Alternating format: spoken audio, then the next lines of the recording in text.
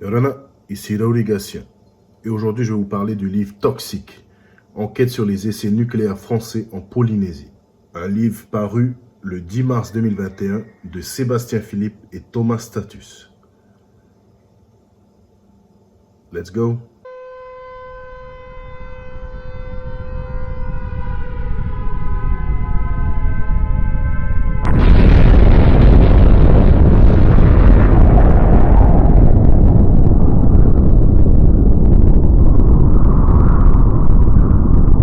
Tous les faits que je vais évoquer dans cette vidéo sont dans ce livre.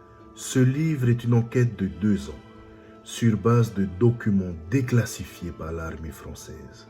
Entre 1966 et 1996, la France procède à 193 expériences nucléaires sur Mururoa et Fangataufa, 2 atolls de l'archipel des Tuamotu. Aldébaran, Bételgeuse, Rigel, Sirius.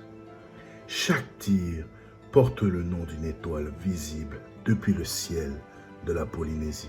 Les 2 atolls sont choisis pour son isolement, alors qu'ils sont visités périodiquement pour la récolte du copra ou la pêche à la nacre. De 1966 à 1974, les essais nucléaires sont atmosphériques. Les tirs les plus contaminants, avec des retombées de Toureia à Tahiti. Au fil des ans, plusieurs techniques de tir se succèdent. Des tirs sur barge, c'est-à-dire des plateformes flottantes où l'engin atomique est installé.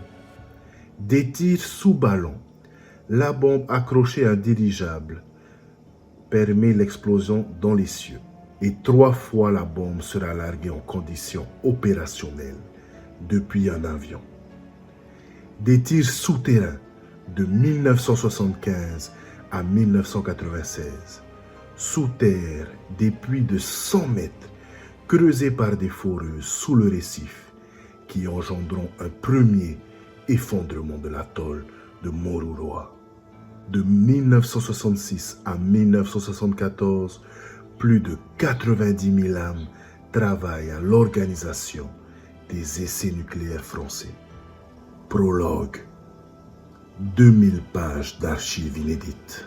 Entre janvier et décembre 2013, 182 documents sur les essais nucléaires français en Polynésie ont été déclassifiés par l'État français, suite à la lutte de plusieurs associations comme Mururoa Etatou et l'AVEN.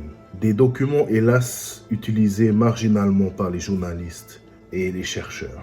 Mais encore à ce jour, de nombreux documents très importants restent dans le secret, comme le rapport de la première tombée radioactive à Mangareva, ou les écroulements qu'a subi l'atoll de Mururoa en 1977, 1978 et 1979. Oui, certains rapports ont été censurés par le ministère de la Défense. Cluster de cancer au Gambier. Les habitants ignorent que le mal est fait.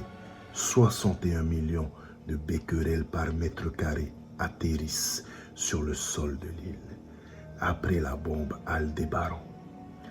Les aliments, l'eau, tout est contaminé. Le chef de l'expédition, le docteur Million, écrit: il sera peut-être nécessaire de minimiser les chiffres réels, de manière à ne pas perdre la confiance de la population.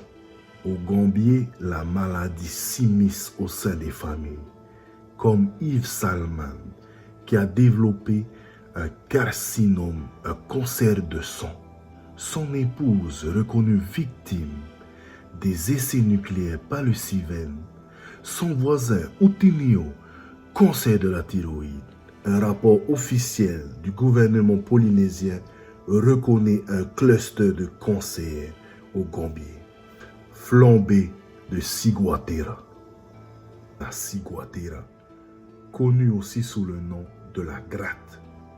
Son origine découverte à l'Institut Louis Malardé de Papeete dans les années 70 par des chercheurs japonais et un médecin français. Le poisson malade à cause du corail qu'il mange, soumis à un stress aigu, meurent. Mais est-ce que cette maladie est née en Polynésie à cause des essais nucléaires? Dans un rapport interne de février 2020, le gouvernement polynésien reconnaît le lien probable entre les essais et l'épidémie de ciguatera, fondé sur les travaux du docteur Banis. La maladie était absente au Tuamotu et les premiers cas graves sont arrivés en 1966. Entre 68 et 69, les médecins recensent 271 cas de ciguatera. En 1985, l'équipe du professeur publie une nouvelle de 20 ans d'études sur l'épidémie de ciguatera en Polynésie. 24 000 cas dénombrés entre 1960 et 1984. Les archipels les plus touchés, ce sont ceux qui ont été le plus impactés par le CEP, les Tuamotu et les Gambiers, provoqués par une perturbation antrophique d'origine humaine donc. Les nettoyeurs de Fongataufa. 6 mois durant, Fongataufa est à l'arrêt. À cause du Tirigel, la radioactivité est trop importante. Mais les militaires, ils n'ont pas le temps. Donc en mars 67, ils prennent une décision. Nettoyer l'atoll. Une trentaine de légionnaires et de Tahitiens sont envoyés sur les lieux.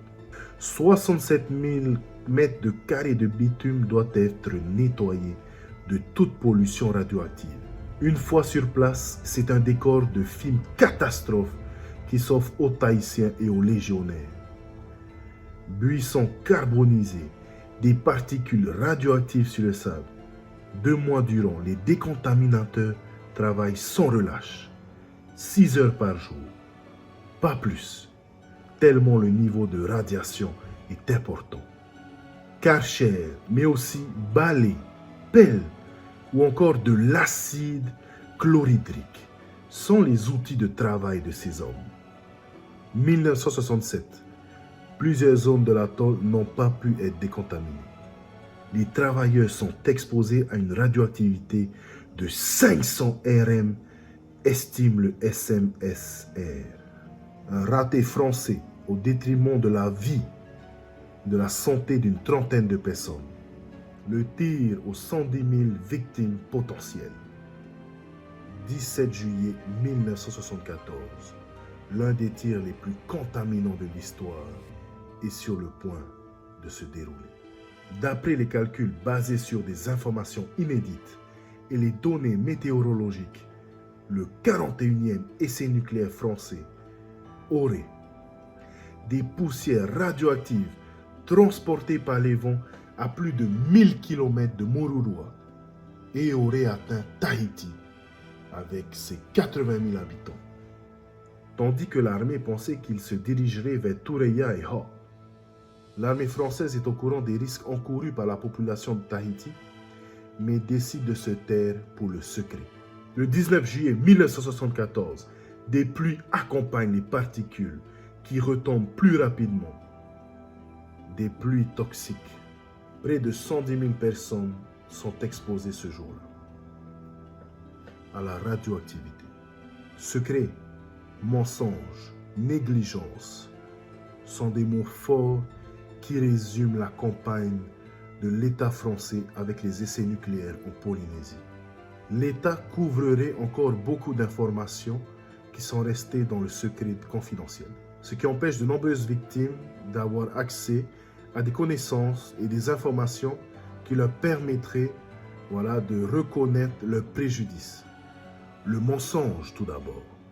Depuis le premier jour, le 10 juillet 1966, une semaine après Aldebaro, le premier tir de la campagne polynésienne, un rapport suggère de minimiser l'importance de la contamination pour les habitants de l'île de Mangareva. La négligence ensuite, le manque de matériel et de protection pour les militaires et les civils, les habitants exposés à leur insu aux retombées radioactives, comme à Tureia en juin 1971, où l'armée française a laissé des familles boire dans leur citerne de l'eau contaminée par la radioactivité. Le mot de la fin de ce livre, désormais, c'est aux citoyens et aux élus de se saisir de cette enquête.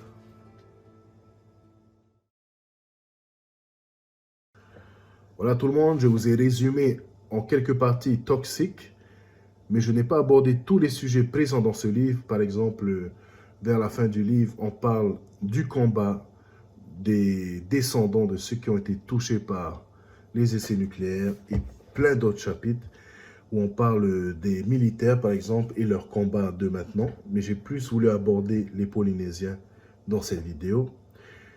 Et voilà, c'est important, voilà, c'est une partie de l'histoire de la Polynésie. Mais il faut s'intéresser à ce sujet, très important, ne pas oublier. Et voilà, et l'État français a une dette éternelle envers la Polynésie, c'est ainsi que je la vois. Et envers Mururoa, Fangataufa et tous les habitants qui sont morts à leur insu et tous les descendants qui gardent des séquelles. Voilà.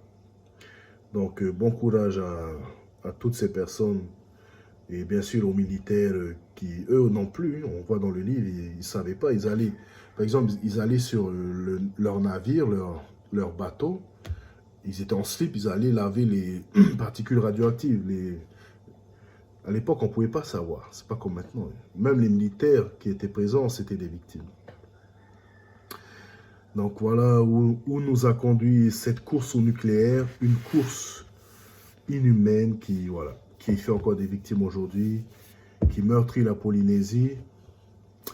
Et je sais que c'est pas facile pour les nouveaux présidents. C'est les erreurs des présidents du passé, Chirac, De Gaulle, mais hélas, c'est les présidents de maintenant qui vont devoir demander pardon au nom de l'État français. Si jamais un jour, ben voilà, ils demandent pardon, ça sera déjà un grand pas. Ça bouge, mais petit à petit. Mais je ne vais pas trop statuer sur ce truc du nucléaire parce que je ne m'y connais pas assez. Même au bout de ce livre, vous ne serez pas à fond dans les infos non plus. Mais c'est une bonne porte d'entrée pour le nucléaire. Donc, Maruru à tous à regarder cette vidéo. C'était Raouli Gatien. Je vous ai parlé du livre Toxique, les essais nucléaires de l'État français en Polynésie. Et merci à tous, Maruru Nana.